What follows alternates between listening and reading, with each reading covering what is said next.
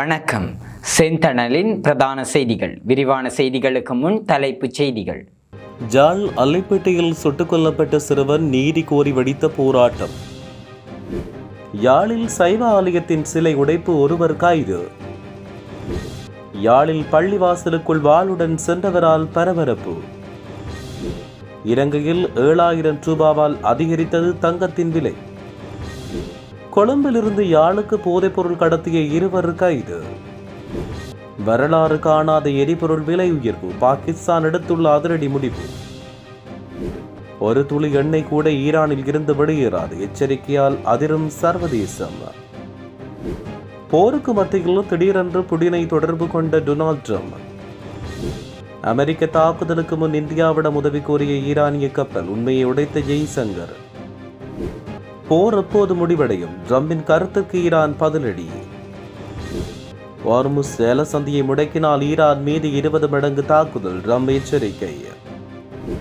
மத்திய கிழக்கில் பற்றி எறியும் போர் ராணுவத்தை களமிறக்கும் ஆஸ்திரேலியா. உலக ஸ்லீப்பர் செல்களுக்கு ஈரானின் ரகசிய தூண்டுதல், எச்சரிக்கும் அமெரிக்க உளவுத்துறை. உலக நாடுகளின் முக்கிய பிரச்சினைக்கு தீர்வு, புடின் வெளியிட்ட அறிவிப்பு. தொடர்பென விரிவான செய்திகள்.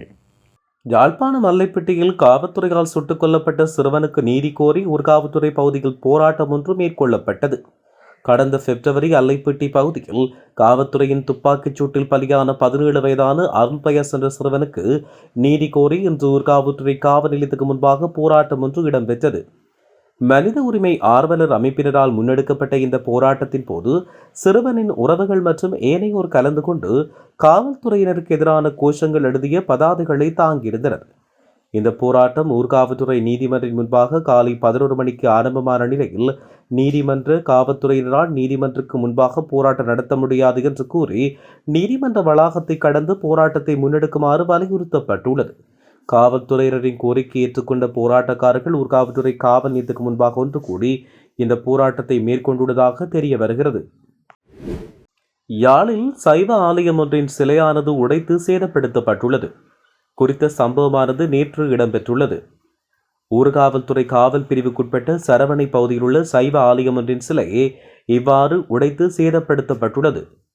இது தொடர்பில் ஊர்காவல்துறை காவல் நிலையத்தில் முறைப்பாடு செய்யப்பட்டது. இதையடுத்து விசாரணைகளை மேற்கொண்ட ஊர்காவல்துறை காவல்துறையினர் சந்தேக நபர் ஒருவரை நேற்றிரவு கைது செய்துள்ளதாக தெரிவிக்கப்பட்டுள்ளமை குறிப்பிடத்தக்கது. யாழ்ப்பாணத்தில் உள்ள பள்ளிவாசல் ஒன்றில் தொழுகை இடம்பெற்றுக் கொண்டிருந்த போது வாளுடன் புகுந்த இளைஞனால் பரபரப்பு ஏற்பட்டுள்ளது. ஓட்டுமடம் பகுதியை அண்டிய பகுதியில் உள்ள பள்ளிவாசல் ஒன்றில் நேற்றைய தினம் மாலை இந்த சம்பவம் இடம்பெற்றது. பள்ளிவாசலை அண்டிய பகுதியில் 2 இளைஞர்களுக்கு இடையில் முரண்பாடு ஏற்பட்ட நிலையில் ஒருவர் மற்றவரை வாளால் வெட்ட முற்பட்டார். இந்த தாக்குதல் இருந்து தப்பிக்க அங்கிருந்து ஓடிய இளைஞன் அருகில் இருந்து பள்ளிவாசலூடாக தப்பி ஓடினார். அதன்போது குறித்த இளைஞனை வாளுடன் துரத்தி வந்த இளைஞனுடன் பள்ளிவாசலுக்குள் புகுந்தபோது அங்கே தொழுகையில் ஈடுபட்டவர்கள் மத்தியில் பெரும் பரபரப்பு ஏற்பட்டது. அங்கிருந்தவர்கள் வாளுடன் வந்த இளைஞனின் வாளை பறிமுதல் செய்தனர். அதையடுத்து அங்கிருந்து குறித்த இளைஞன் தப்பிச் சென்ற நிலையில் சம்பவ தொடர்பில் காவல்துறையினர் மேலதிக விசாரணைகளை மேற்கொண்டு வருகின்றனர். மத்திய கிழக்கு நிலவும் மோதல் காரணமாக சர்வதேச சந்தையில் தங்கத்தின் விலை ஏற்ற இறக்கத்தை சந்தித்து வருகிறது. நேற்றைய தினம் இலங்கையில் தங்கத்தின் விலை 4000 ரூபாவால் குறைந்த நிலையில் இன்று 7000 ரூபாவால் அதிகரிக்கப்பட்டுள்ளது. அந்த வகையில் இலங்கையில் தற்போதைய தங்க விலை நிலவரப்படி 24 கேரட் தங்க பவுன் ஒன்று 4,15,000 ரூபாவாக விற்பனை செய்யப்படுவதோடு 22 கேரட் தங்கம் பவுன் ஒன்று 3,83,800 ரூபாவாக விற்பனை செய்யப்படுகிறது. கொழும்பிலிருந்து யாழ்ப்பாணத்துக்கு போதைப் பொருட்களை கொண்டு வந்த 2 பேர் கைது செய்யப்பட்டுள்ளதாக தகவல் வெளியாகியுள்ளது. மேலும் யாழ் மாவட்ட குற்றத்தடுப்பு பிரிவு காவல்துறைக்கு கிடைத்த ரகசிய தகவலுக்கேற்ப நேற்று இந்த கைது இடம்பெற்றது. இதன்போது குறித்த சந்தேக நபர்களிடமிருந்து 630 போதை மாத்திரைகளும் 5 கிராம் 400 மில்லிகிராம் ஹெரோயின் போதைப்பொருளும் மீட்கப்பட்டுள்ளன. கைது செய்யப்பட்ட இருவரிடமும் காவல்துறை மேலதிக விசாரணைகளை மேற்கொண்டு வருகிறது. விசாரணைகளின் பிற்பாடு இருவரையும் யாழ்ப்பாண நீதவான் நீதிமன்றில் முற்படுத்த காவல்துறையினர் நடவடிக்கை எடுத்து வருவதாக தெரிவிக்கப்பட்டுள்ளது. இனி சர்வதேச செய்திகள். மத்திய கிழக்கு பிராந்தியத்தில் தற்போதைய பதற்ற நிலையை அடுத்து உலகளாவிய ரீதியில் ஏற்பட்டுள்ள எரிபொருள் நெருக்கடியை கருத்தில் கொண்டு நிர்வாக சேவைகள் மற்றும் பாடசாலைகள் போன்ற பல துறைகளை ஒரு சிறப்பு முறை மூலம் பராமரிக்க பாகிஸ்தான் திட்டமிட்டுள்ளது. அதன்படி நேற்றிரவு அனைத்து அரசு அலுவலகங்களும் வாரத்தில் 4 நாட்கள் இயங்கும் என்றும் பாடசாலைகள் மற்றும் பல்கலைக்கழகங்கள் அடுத்த 2 வாரங்களுக்கு மூடப்படும் என்றும் உயர்கல்வி நிறுவனங்கள் தொடர்ந்து ஆன்லைனில் இயங்கும் என்றும் பாகிஸ்தானின் பிரதமர் ஷெரீப் அறிவித்துள்ளார். அமெரிக்கா மற்றும் இஸ்ரேலின் தாக்குதல்கள் நிறுத்தப்படும் வரை மத்திய கிழக்கிலிருந்து ஒரு சொட்டு எண்ணெய் கூட வெளியேற அனுமதிக்க மாட்டோம் என ஈரான் எச்சரிக்கை விடுத்துள்ளது. இந்த விடயத்தை ஈரானின் புரட்சிகர இராணுவப்படை தெரிவித்துள்ளது. போர் மிக விரைவில் முடிவுக்கு வரும் என அமெரிக்க ஜனாதிபதி டொனால்ட் ட்ரம்ப் தெரிவித்த கருத்தை நிராகரித்துள்ள ஈரான், யுத்தம் எப்போது முடிவடையும் என்பதை அமெரிக்கா தீர்மானிக்க முடியாது எனவும் ட்ரம்பின் கூற்று முட்டாள்தனமானது என்றும் சுட்டிக்காட்டியுள்ளது. இதற்கு பதிலளித்த டொனால்ட் ட்ரம்ப், கார்முஸ் நீரிணையில் எண்ணெய் போக்குவரத்தை ஈரான் தடுத்தால் அந்த நாடு இதுவரை கண்டிராத மிக கடுமையான தாக்குதலை அமெரிக்கா நடத்தும் என்று மிரட்டல் விடுத்துள்ளார்.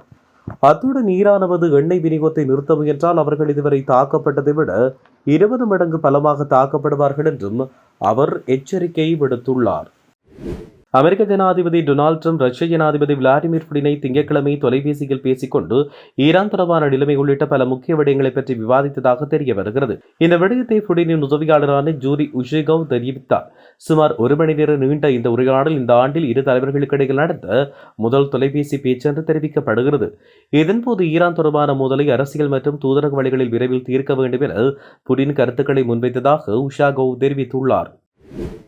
இலங்கைக்கரையில் ஈரான் கப்பல் அமெரிக்காவால் தாக்கப்படுவதற்கு முன்னர் ஈரான் இந்தியாவிடம் கப்பல் அனுமதியை கோரியதாக இந்திய வெளியுறவு அமைச்சர் ஜெய்சங்கர் உறுதிப்படுத்தியுள்ளார்.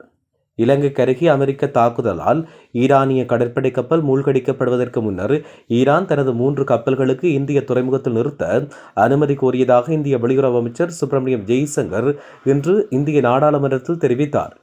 மேற்கு ஆசியாவில் அதிகரித்து வரும் பதற்றநிலை குறித்து இந்திய வெளிவிவகார அமைச்சர் இன்று இடம்பெற்ற விவாதத்தின் போது இந்த தகவலை வெளியிட்டார். இலங்கைக்கரைக்கு அமெரிக்கா நடத்திய தாக்குதலில் ஈரானிய கடற்படை கப்பலான ஐரிஸ்டீனா சேதமடைந்த சம்பவத்துக்கு முன்பாக இந்த கோரிக்கை விடுக்கப்பட்டதாக அவர் இதன் பொழுது தெரிவித்திருந்தார். அமெரிக்கா மற்றும் இஸ்ரேலிய இலக்குகள் மீதான இராணுவ நடவடிக்கைகளை எப்போது நிறுத்துவது என்பதை தாங்களே தீர்மானிப்போம் என ஈரான் தெரிவித்துள்ளதாக சர்வதேச ஊடகங்கள் செய்தி வெளியிட்டுள்ளன. ஈரான் போர் முடிவுக்கு வருவது குறித்து அமெரிக்க ஜனாதிபதி டொனால்ட் ட்ரம்பின் கருத்துக்கு பதிலளிக்கும் வகையில் ஈரான் இந்த அறிவிப்பை வெளியிட்டுள்ளது. ஈரான் மீதான அமெரிக்காவின் தாக்குதல்கள் இன்னும் எவ்வளவு காலம் நீடிக்கும் என ஊடகவியலாளர் ஒருவர் எழுப்பிய கேள்விக்கு பதில் வழங்கிய அமெரிக்க ஜனாதிபதி டொனால்ட் ட்ரம்ப், மத்திய கிழக்கு பிராந்தியத்தில் நிலவும் போர் மிகவும் விரைவில் முடிவுக்கு வரும் என தெரிவித்தார். புதிய கடும்போக்குவாத உச்சநிலை தலைவரை தேர்ந்தெடுத்துள்ள இஸ்லாமிய குடியரசான ஈரான் உலகளாவிய எண்ணெய் விநியோகத்தை தடுத்தால் போர் தீவிரமடையக்கூடும் என்றும் டொனால்ட் ட்ரம்ப் தெரிவித்திருந்தார். கார்முஸ் ஜலசந்தியில் எண்ணெய் விநியோகத்தை தடுக்கும் பணியில் ஈடுபட்டால் ஈரான் மீது இன்னும் கடுமையாக தாக்குதல் நடத்தப்படும் என அமெரிக்க ஜனாதிபதி டொனால்ட் ட்ரம்ப் எச்சரிக்கையை விடுத்துள்ளதாக சர்வதேச ஊடகங்கள் செய்தி வெளியிட்டுள்ளன. ஈரான் மீதான அமெரிக்கா மற்றும் இஸ்ரேல் படைகளின் தாக்குதல் தீவிரமடைந்துள்ளதால் வளைகுடா நாடுகளில் பெரும் பதற்றம் நிலவி வருகிறது. இதனால் எண்ணெய் விநியோகம் பாதிக்கப்பட்டதோடு சர்வதேச நாடுகளில் எரிபொருள் மற்றும் எரிவாயு விலை ஏற்றம் கண்டுள்ள நிலையில் இந்த எச்சரிக்கை விடுக்கப்பட்டுள்ளது. இந்த எச்சரிக்கையில் கார்முஸ் ஜலசந்தியில் எண்ணெய் விநியோகத்தை தடுக்கும் எதையும் ஈரான் செய்தால் அவர்கள் இதுவரை தாக்கப்பட்டதை விட 20 மடங்கு கடுமையாக அமெரிக்காவால் தாக்கப்படுவார்கள். அத்துடன் எளிதில் அழிக்கக்கூடிய இலக்குகளை நாங்கள் அகற்றுவோம். இதனால் ஈரான் மீண்டும் ஒரு தேசமாக மீண்டும் கட்டியெழுப்பப்படுவது கிட்டத்தட்ட சாத்தியமற்றது. மீண்டும் மரணம், நெருப்பு மற்றும் சீற்றம் அவர்கள் மீது ஆட்சி செய்யும். ஆனால் அது நடக்கக்கூடாது என நான் நம்புகிறேன், பிரார்த்திக்கிறேன் என்றும் அவர் தெரிவித்துள்ளார். ஐக்கிய அரபு அமீரகத்துக்கு ஏவுகணைகளை அனுப்பவுள்ளதாகவும் மத்திய கிழக்குக்கு இராணுவ கண்காணிப்பு விமானம் ஒன்றை நிலைநிறுத்தவுள்ளதாகவும் ஆஸ்திரேலிய பிரதமர் அந்தோனி அல்பானிஸ் தெரிவித்தார். இதேவேளை ஈரானுக்குள் தரைவழி படைகளை அனுப்பப் போவதில்லை என அவர் குறிப்பிட்டார். ஈரானின் தூண்டப்படாத தாக்குதல்களில் இருந்து வளைகுடா நாடுகள் தங்களை பாதுகாத்துக் கொள்ள ஆஸ்திரேலியாவின் இந்த இராணுவ ஆதரவு உதவும் என்று தெரிவித்துள்ள அவர், ஆஸ்திரேலியா இதில் ஒரு முக்கிய தரப்பு அல்ல என்பதையும் மீண்டும் வலியுறுத்தியுள்ளார். ஈரானின் முன்னாள் உச்ச தலைவர் Ayatollah Ali Khamenei America Israel கூட்டு தாக்குதலில் கொல்லப்பட்டதை தொடர்ந்து ஈரானின் நகர்வு குறித்து அமெரிக்கா எச்சரிக்கை ஒன்றை விடுத்துள்ளது. ஈரான் உலகெங்கும் உள்ள தன்னுடைய ஸ்லீப்பர் செல்கள் அல்லது மறைமுக செயற்பாட்டாளர்களுக்கு ரகசியமான செயற்பாட்டு தூண்டுதல் என்று கருதப்படும் குறியீட்டு செய்தியை அனுப்பியிருக்கலாம் என அமெரிக்க உளவுத்துறை எச்சரிக்கை விடுத்துள்ளது. அமெரிக்க அரசு சட்ட நடைமுறையாக்க அமைப்புகளுக்கு அனுப்பிய உளவு எச்சரிக்கை அறிக்கையின்படி ஈரானில் இருந்து தோன்றியதாக நம்பப்படும் மறைகுறியாக்கப்பட்ட தகவல் தொடர்புகளை அமெரிக்கா இடைமறித்துள்ளது. இந்த தகவல்கள் பல நாடுகளுக்கு அனுப்பப்பட்டதாகவும் இணையம் அல்லது தொலைபேசி வலையமைப்பை பயன்படுத்தாமல் மறைமுக செயற்பாட்டாளர்கள் அல்லது ஸ்லீப்பர் செல்களுக்கு அறிவுறுத்தல்களை வழங்குவதற்காக இருக்கலாம் என்றும் அந்த அறிக்கை கூறியுள்ளது. அரசியல் தலையீடு இல்லாமல் நீண்டகால ஒப்பந்தங்கள் மேற்கொள்ளப்பட்டால் ஐரோப்பிய நாடுகள் உள்ளிட்ட உலகின் பல நாடுகளுக்கு ரஷ்யா எண்ணெய் மற்றும் இயற்கை எரிவாயு வழங்க தயாராக உள்ளதாக அந்த நாட்டின் ஜனாதிபதி விளாடிமிர் புடின் தெரிவித்தார். அதிகாரிகள் மற்றும் எண்ணெய் எரிவாயு நிறுவன தலைவர்களின் முன்னிலையில் தொலைக்காட்சியில் உரையாற்றிய அவர், அமெரிக்கா, இஸ்ரேல் மற்றும் ஈரான் இடையிலான போர் நிலைமை காரணமாக உலகளாவிய எரிசக்தி நெருக்கடி அதிகரித்து வருவதாக சுட்டிக்காட்டினார். மேலும் கார்முஸ் ஜலசந்தி வழியாக இடம்பெறும் எண்ணெய் போக்குவரத்து பாதிக்கப்படுவதால் எண்ணெய் உற்பத்தி குறைய தொடங்கியுள்ளதாக அவர் சுட்டிக்காட்டினார். ரஷ்யா உலகின் 2வது பெரிய எண்ணெய் ஏற்றுமதி நாடாகவும் உலகில் மிகப்பெரிய இயற்கை எரிவாயு கையிருப்பை கொண்ட நாடாகவும் இருப்பதால் தேவையானால் பல நாடுகளின் எரிசக்தி தேவைகளை பூர்த்தி செய்ய முடியும் என்றும் புடின் வலியுறுத்தினார். இந்நிலையில் தற்போதைய எண்ணெய் விலை உயர்வை பயன்படுத்தி ரஷ்ய எண்ணெய் நிறுவனங்கள் தங்களின் கடன்களை குறைக்க வேண்டும் என்றும் அவர் இதன்பொழுது தெரிவித்துள்ளமையும் குறிப்பிடத்தக்கது. இத்துடன் செய்திகள் நிறைவடைகின்றன. வணக்கம்.